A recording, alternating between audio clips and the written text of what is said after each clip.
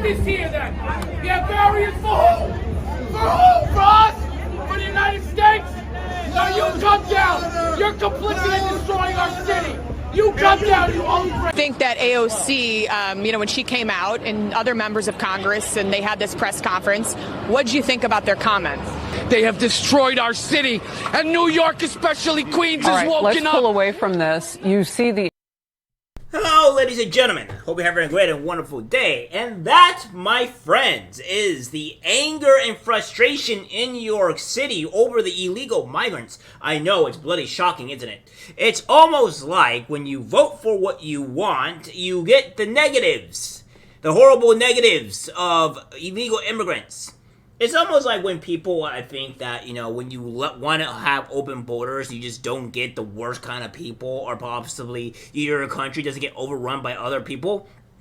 Yeah, this is kind of what happens. Because when you don't have regulation, when you don't have some type of place where you can house these people effectively, this is kind of what you get. You just get an overwhelming amount of people just pouring into your country, and you don't know whether they're safe or well, they're good people. So, again, I think these people are finally realizing the error of their ways, and it's hilarious to see. However, we have some more here. This is AOC over here, and her friend, her governor, trying to make some points and trying to do something about the migrants. But unfortunately, the loud, over-blaring people of the New York City presidents are making it very difficult to hear them because, well, they're not very happy. Take a look.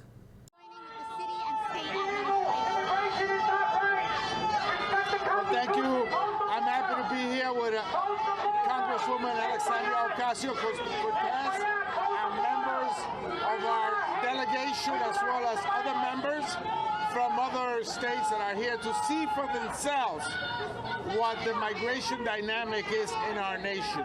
And what we saw there with children, families, people that want to work, people that are fleeing violence, people that are fleeing environmental disasters. We see so many stories, heartbreaking stories, manifest itself here. But I think these are folks that will take New York City to a better place. Every crisis presents great opportunity. There's hope and opportunity in this building. So I wanted to thank all my colleagues for coming. As you can see, this is a contentious issue, but we are all Americans, and we all believe in the American dream. That's the common denominator here, the American dream.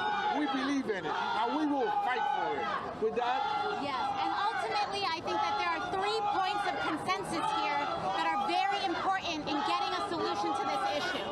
The first is that there is consensus here across geography and states on increased federal resources to cities and municipalities dealing with this issue. The second is to allow for work authorizations so that the folks in here can get to work and start supporting themselves as soon as possible. They are prevented from getting jobs, they are prevented from employment, and that is part of the strain on our public systems. The faster that folks can access the work that they're asking for legally, the better we can solve this problem. And the third is extension of temporary protected status for Venezuelans, who are the largest population that are arriving here.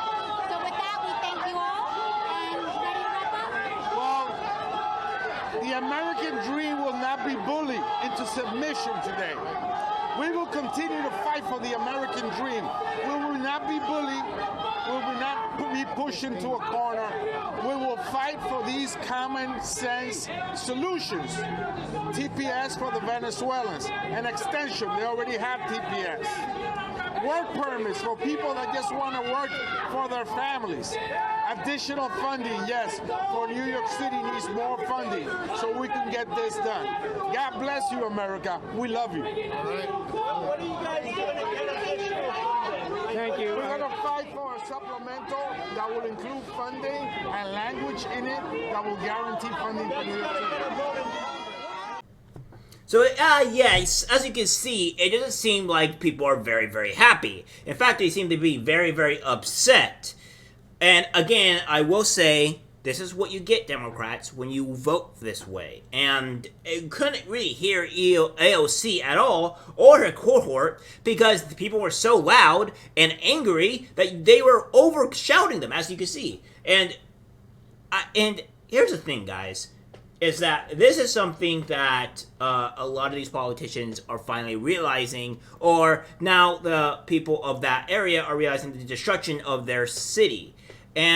Or rather state. Mostly their city, because it's mostly being directed there. I don't see it where it's going into the rural areas, but of course, it has to be directed. I think this was a good move by, obviously, some people, but which is like Greg Abbott that is busting them there, but this is also a good move and a harsh reality of people learning what the negatives are. Now, here we are, is that buses and buses of hundreds of illegal migrants coming through our country and being dropped in San Diego, Chicago, and in Arizona, of them just coming in here and asking to be if they're free or not, or whatever, if they're able to go to wherever they want. And it's a huge problem, and I'm going to show you it. Take a look. San Diego yesterday afternoon. What you're looking at is 3 unmarked white Border Patrol buses. They pull up and they start releasing several hundred illegal immigrants to city streets and sidewalks in San Diego across from a transit terminal. People were on this bus from as far away as China and Pakistan. And keep in mind, these buses are not from Texas. They're not Greg Abbott's buses. These are the Biden administration's buses. This is Border Patrol mass releasing people. You can see handfuls of them are standing around not knowing where they are, what to do, where to go next. And there was a remarkable exchange between one migrant and a Border Patrol agent as he asked the agent, "Hey, am I okay to travel to Chicago?" And the agent says, "Yep, you're good to go." Take a listen. You're free to go. You can call anywhere you want. You're free to. Okay, it's no problem if I go to Chicago. Wherever you want. You're free. And these mass releases also taking place in Border Patrol's Tucson, Arizona sector. We shot this video in Sierra Vista, Arizona yesterday afternoon. A Guatemalan family dropped off by Border Patrol in a Dollar Tree parking lot, just a random store parking lot. They didn't know where they were. They didn't know what to do. And the local sheriff out there says these mass street releases aren't fair to the community. They're not fair to the migrants. Take a listen. People come from all over the country to smuggle here, endanger this community, the citizens, and we worked united to combat that. Then to find out yesterday that CBP is doing street releases, as they call them, safe. There's nothing safe about it.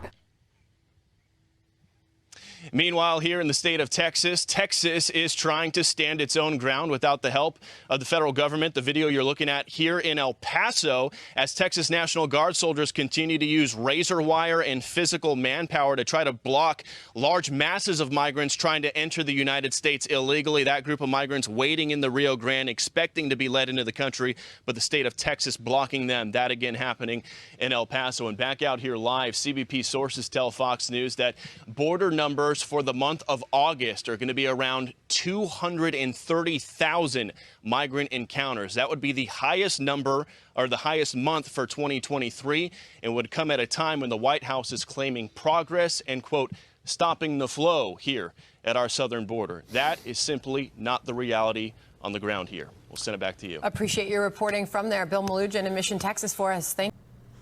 So, yeah, we have this situation here to where the Biden administration is honestly, they caused this for themselves. And in some way, I am kind of happy for it. And the reason why I am is because when the people voted for Biden, they got exactly what they were going to get.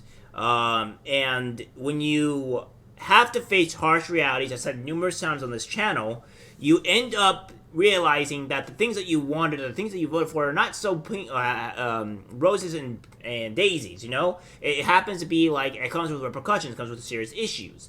And as we were seeing in New York, and even some places in Chicago where people are obviously angry about that as well, you're seeing to where they're getting really fed up with the migrants. They can't deal with them. They're being very, I would say, xenophobic in this case. And it's just funny to see. In most cases, I would say that this is a good thing. a good thing and a bad thing. And the reason why this is because it forces people to realize the mistakes that they have done, and now we may actually get border policies that are actually strong and not have illegal migrants coming through here. We may be able to clean up our country. We may be able to bust every last single one of these migrants out of here because people are getting tired of it. And the longer that this goes on, which it's going to go on because we still have a full year left before, you know, all this other great stuff because it gets replaced and fixed, is that people are going to feel the pain. They're going to feel the hurt real bad. And it's just, I still say this is the tip of the iceberg for them. They have not really faced it because it's about to really flood in. Give it about an extra month or two, and they'll really feel the hurt. They're just now seeing it now. And the fact of the matter is that it's good because now they face the harsh reality. They've seen what it does. Now they have to vote or see what they vote correctly in order to make sure that they don't have the same thing happen to them. Because they are seeing it as they would have to realize it's mostly the Democrats that are doing this, or the people that have voted for it in these policies. And that fact of the matter is that they don't want it. And at very least, it would force the politicians of those areas to have to not allow migrants. Because if they do allow the migrants, then guess what? Then the people are not going to be very happy. It's hilarious to see that these people are being actually the most xenophobic ever, and it because they're really angry about it. But we told them this was going to happen, and they still allowed it to happen anyways. But again, this is a win and a loss. America has to suffer for it, and maybe the entirety of those liberal cities.